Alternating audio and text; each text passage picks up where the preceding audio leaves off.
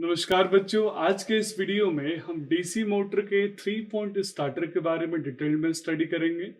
आइए सबसे पहले और बेसिक फंडामेंटल क्वेश्चन से समझते हैं कि जब हमारे पास ऑलरेडी 2 पॉइंट स्टार्टर था तो हमें 3 पॉइंट स्टार्टर की जरूरत क्यों पड़ी, एक एडिशनल बर्डन क्यों, एक एडिशनल टॉपिक क्यों। बच्चों, 2 पॉइंट स्टार्टर के अपने लिमिटेशन थे। पहला लिमिटेशन था कि वो डीसी सीरीज मोटर के लिए मोस्टली प्रीफरेबल था क्योंकि उसमें सिर्फ 2 ही पॉइंट्स थे। और दूसरा जो लिमिटेशन था वो था ओएलसी यानी overload coil, overload release coil normally DC series motor में एब्सेंट रहता है। जब हम 3 पॉइंट स्टार्टर की बात करते हैं तो यहाँ पे 3 पॉइंट्स आपको देखने को मिलेंगे और इसीलिए इसका नाम हमने रखा है 3 पॉइंट स्टार्टर। अब वो 3 पॉइंट कौन कौन से हैं बच्चों? तो वो 3 पॉइंट है आपका एल, एफ और ए। अगर आप अपनी लेबोरेटरी में 3 पॉइंट स्टार्टर का रिव्यू करेंगे तो आपको ये तीनों पॉइंट वहां पे दिखेंगे। हो सकता है नोमेनक्लेचर अलग हो, जहां मैंने एल एफ ए लिखा है वहां एफ की जगह पे जेड लिखा हो।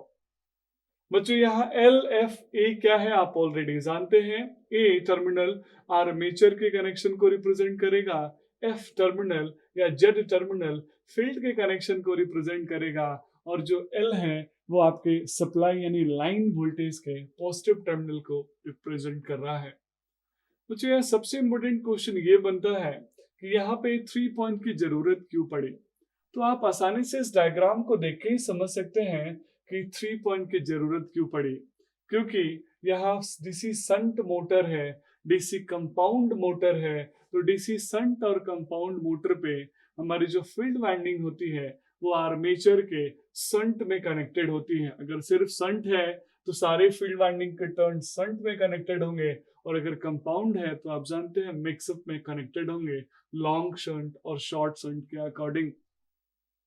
तो बच्चों, जो फील्ड वाइंडिंग है उसको हमें सेपरेट कनेक्शन करना पड़ेगा। जो आर्मेचर टर्मिनल है उसके हमें सेपरेट कनेक्शन करने पड़ेंगे, और वो कनेक्शन करने पड़ेंगे स्टार्टिंग रेसिस्टेंस के थ्रू, ताकि जब हम अपने डीसी संट मोटर को स्टार्ट करें तो स्टार्टिंग में आर्मेचर के सीरीज में एक्सटर्नल स्टार्टिंग रेसिस्टेंस को मैं इंसर्ट कर सकूं, कनेक्ट कर सकूं, ताकि जब मैं अपने डीसी संट मोटर को स्टार्ट करूं बच्चों, उस कंडीशन में किसी भी प्रकार से एक्सेसिव करंट, रेटेड करंट से ज्यादा करंट डेवलप ना हो और मेरा मोटर आर्मेचर टर्मिनल डैमेज नहीं हो। तो इसीलिए मुझे इस आर्मेचर के सीरीज में अपने एक्सटर्नल रेसिस्टेंस को, स्टार्टिंग रेसिस्टेंस को कनेक्ट करना पड़ेगा। और इसलिए आप देख रहे हैं यहाँ जो कनेक्शन है वो सीरीज में कनेक्शन है आर्मेचर के। दूसरा जो टर्मिनल फील्ड है, यहाँ फील्ड के टर्मिनल्स आपको जेड डबल जेड दिख रहे होंगे। यहाँ पे एडिशनल करंट को लिमिट करने के लिए मैंने रेसिस्टेंस यहाँ कनेक्ट किया है, ताकि जब भी कोई ऐसा अनहेल्दी कंडीशन डेवलप हो, चूंकि ये नो वोल्ट रिलीज कॉइल से कनेक्टेड है, तो उस कंडीशन में मैं इस फील्ड वाइंडिंग को भी प्रोटेक्ट कर सकूं।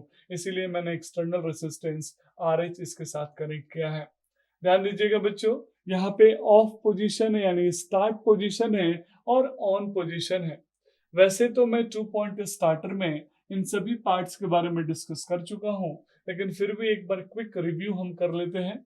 सबसे पहला जो पार्ट है वो है स्टार्टिंग रेसिस्टेंस। स्टार्टिंग रेसिस्टेंस के स्टड्स बने हैं। ये जो पॉइंट आपको 1 2 3 4 दिख रहे हैं, या आप अगर आप स्टार्टर को ध्यान से रिव्यू करेंगे तो यहाँ कॉपर के स्टड्स बने होते हैं। एल्युमिनियम के नॉर्मली हम कॉपर के प्रीफर करते हैं। इन स्टड्स पे ही हम अपने स्टार्टर का जो हैंडल का स्टड है उस स्टड को कनेक्ट करते हैं, ताकि वो आसानी से एनर्जी को ट्रांसफर कर सके। तो एक्सटर्नल रेसिस्टेंस को हमने आर्मेचर के सीरीज में लगा दिया। दूसरा है स्टार्टर हैंडल, जो आप देख रहे हैं। इसमें एक हैंडल होगा, जिस हैंडल को पकड़ के मैं मूव करूंगा। मैं ऑफ पोजीशन से स्टार्ट पोजीशन से रन पोजीशन पे लेके जाऊंगा, ऑफ पोजीशन से ऑन पोजीशन पे लेके जाऊंगा। इसको मैं रन पोजीशन भी मेंशन कर सकता हूं। अब इस स्टार्टर को हैंडल को मैं पकड़ के यहाँ जाके फिक्स करना चाहता हूँ, ताकि मैं एक बार मेरा मोटर स्टार्ट हो जाए उस कंडीशन में जो भी रेसिस्टेंस है वो एक्सटर्नल हो जाए, बाहर हो जाए, उसकी जरूरत हमें नहीं पड़े। तो इस कंडीशन में फिर फाइनली बच्चों मुझे जरूरत पड़ेगा इस स्टार्टर हैंडल को यहाँ फिक्स करने के लिए, तो फिक्स करने के लिए हमने स्टार्टर हैंडल पे मैग्नेटिक मटेरियल लगा दिया, यानी एक ऐसा मटेरियल लगा दिया जो कि मैग्नेट की तरफ अट्रैक्ट हो, that is soft iron piece, जो आसानी से मैग्नेटाइज हो जाए, अट्रैक्ट हो जाए। और यहाँ मैंने कॉइल लगा दिया एनवीसी कॉइल, जो कि एक रिले की तरह काम कर रहा है, एक प्रोटेक्टिंग डिवाइस की तरह काम कर रहा है, एक इलेक्ट्रोमैग्नेट की तरह काम कर रहा है। एक बार जब इस पोजीशन पे आएगा तो फाइनली यहाँ पे फिक्स हो जाएगा, अट्रैक्ट करेगा, और जब तक मेरा मशीन ऑपरेट होगा तब तक इस कॉइल से, इस एनवीसी कॉइल से कनेक्टेड रहेगा। अगला जो है दैट इज स्प्रिंग। स्प्रिंग आप जानते हैं, मैंने हाई टेंशन स्प्रिंग इसीलिए लगाया है क्योंकि जब भी मुझे इस डिवाइस को ऑफ करना हो या फिर जब भी मुझे वो किसी भी अनहेल्दी कंडीशन में इस डिवाइस को प्रोटेक्ट करना हो, तो वहां स्प्रिंग हाई टेंशन के साथ इस ऑन पोजीशन से, रन पोजीशन से ऑफ मोड यानी स्टार्ट मोड में इस स्टार्टर हैंडल को तेजी से शिफ्ट करता है, ताकि मिनिमम टाइम में मेरा डिवाइस का हैंडल शिफ्ट हो जाए, स्पार्क मिनिमम से मिनिमम हो। तो मैंने हाई टेंशन स्प्रिंग यहाँ पे लगाया है।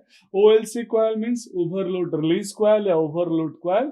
Overload release coil means OLRC में लिख सकता हूँ, ओएलसी ओवरलोड कॉइल है।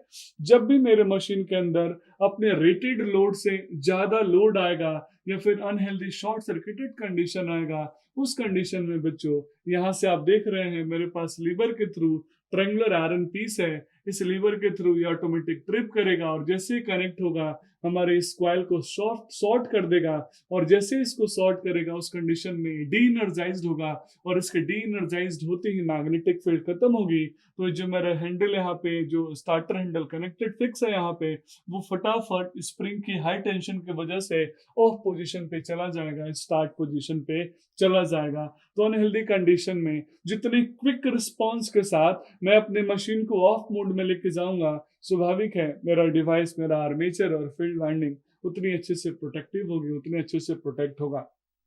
जब भी ऐसा अनहेल्दी कंडीशन हो, जब भी नो लोड कंडीशन हो, अनहेल्दी कंडीशन हो, उस कंडीशन में इस रेसिस्टेंस के, इस फील्ड वाइंडिंग के सीरीज में आने की वजह से जो भी करंट बढ़ेगा, उस करंट को लिमिट करने के लिए मैंने एक्सटर्नल रेसिस्टेंस यानी आरएच कनेक्ट किया हुआ है बच्चों। बाकी आप लीवर के बारे में मैं चर्चा कर ही चुका हूँ, कनेक्शन कैसे है ये भी आप यहाँ देख पा रहे होंगे। आप देख पा रहे होंगे कैसे एक्सटर्नल रेसिस्टेंस हमारे आर्मेचर के सीरीज में कनेक्टेड है। जो L है that is line, L stands for line, means L जो टर्मिनल है वो आपके डीसी सप्लाई के जो दो टर्मिनल होंगे प्लस माइनस, उसमें से प्लस टर्मिनल से कनेक्टेड होगा, और डीसी सप्लाई का जो माइनस टर्मिनल होगा बच्चों, वो आपके आर्मेचर के दूसरे के, यानी जो दूसरी पॉइंट टर्मिनल है ये डबल ए, उस टर्मिनल से कनेक्टेड होगा, फील्ड के साथ कनेक्टेड होगा। तो आप आसानी से इस सेम डायग्राम को देख के बच्चों अपने लेबोरेटरी में जो 3 पॉइंट स्टार्टर है उसका आप कनेक्शन कर सकते हैं।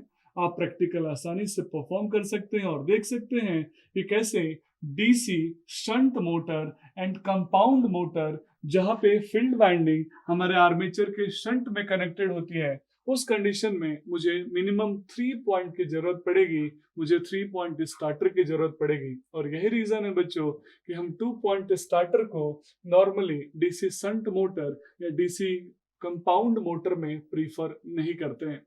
तो तीनों टर्मिनल की मीनिंग क्या है, तीनों टर्मिनल क्या है, ये मैंने आपको अच्छे से समझा दिया।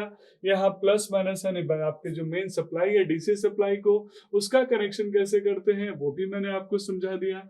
मैंने आपको समझा दिया कि 3 पॉइंट स्टार्टर की वर्किंग कैसे है, हर पार्ट का अपना अपना रोल है, अपने अपने रिस्पॉन्सिबिलिटीज है, कब हमारा हैंडल सॉफ्ट मोड में होगा, कब मेरा हैंडल ऑन मोड में होगा। 2 मिस्टेक्स यहाँ पे करते हैं, वो भी मैं लैबोरेटरी पर्सपेक्टिव से आपके साथ डिस्कस करना चाहता हूँ। सबसे पहला मिस्टेक, जो कोई नया बच्चा, नया स्टूडेंट जब इस मोटर को स्टार्ट करने के लिए जाता है तो इसी स्टार्ट को लेके शिफ्ट करता है 1 to 5, और जब उसको बोला जाए ऑफ करने को तो नॉर्मली इसी स्टार्ट को, हैंडल को पकड़ के वापस 1 पे लेके आना चाहता है। ऐसा नहीं करेंगे आप। अगर ऐसा आप करेंगे तो बहुत तेजी से करंट की वैल्यू इंक्रीज होगी और फील्ड वाइंडिंग बंद हो जाएगी और फिर से स्पार्क डेवलप हो जाएगा। तो ऑफ ऑन करने के लिए आप भले ही अपने स्टार्टर हैंडल को लेके जाए 1 से 5 पे लेके जाना ही है, लेकिन ऑफ करने के लिए आपको यहाँ हैंडल को शिफ्ट नहीं करना है, बल्कि बस आपको अपने सप्लाई को डिस्कनेक्ट करना है। जैसे ही आप अपनी सप्लाई को डिस्कनेक्ट करेंगे आपका मशीन ऑटोमेटिक ऑफ हो जाएगा। दूसरा जो मिस्टेक हम लोग करते हैं वो बहुत तेजी से हम इस स्टार्टर हैंडल को 1 से 5 पे लेके जाने की कोशिश करते हैं। आप खुद इमेजिन कीजिए मेरा मोटर 0 स्पीड के आरपीएम पे स्टार्टिंग पोजीशन पे स्टैंड स्टिल पे है और उसको अगर 3000 आरपीएम से रोटेट करना है, तो अगर बहुत क्विकली लेके जाएंगे तो उस कंडीशन पे आप खुद ही समझ सकते हैं कि कितनी ज्यादा excessive amount of current transient time में डेवलप होगी। और यहाँ स्पार्क आपको ब्लूइश कलर दिखने को मिलेगा, तो स्पार्क से डैमेज होगा, आपका स्प्रिंग डैमेज होगा। तो उससे बचाने के लिए आप इस स्टड को, आप इस हैंडल को, स्टार्टर हैंडल को बहुत तेजी से मूव नहीं करेंगे, बल्कि ग्रेजुअली मूव करेंगे। आप 0 से 1 पे लेके जाएंगे, 1 से 2 पे लेके जाएंगे, 2 से 3 पे लेके जाएंगे।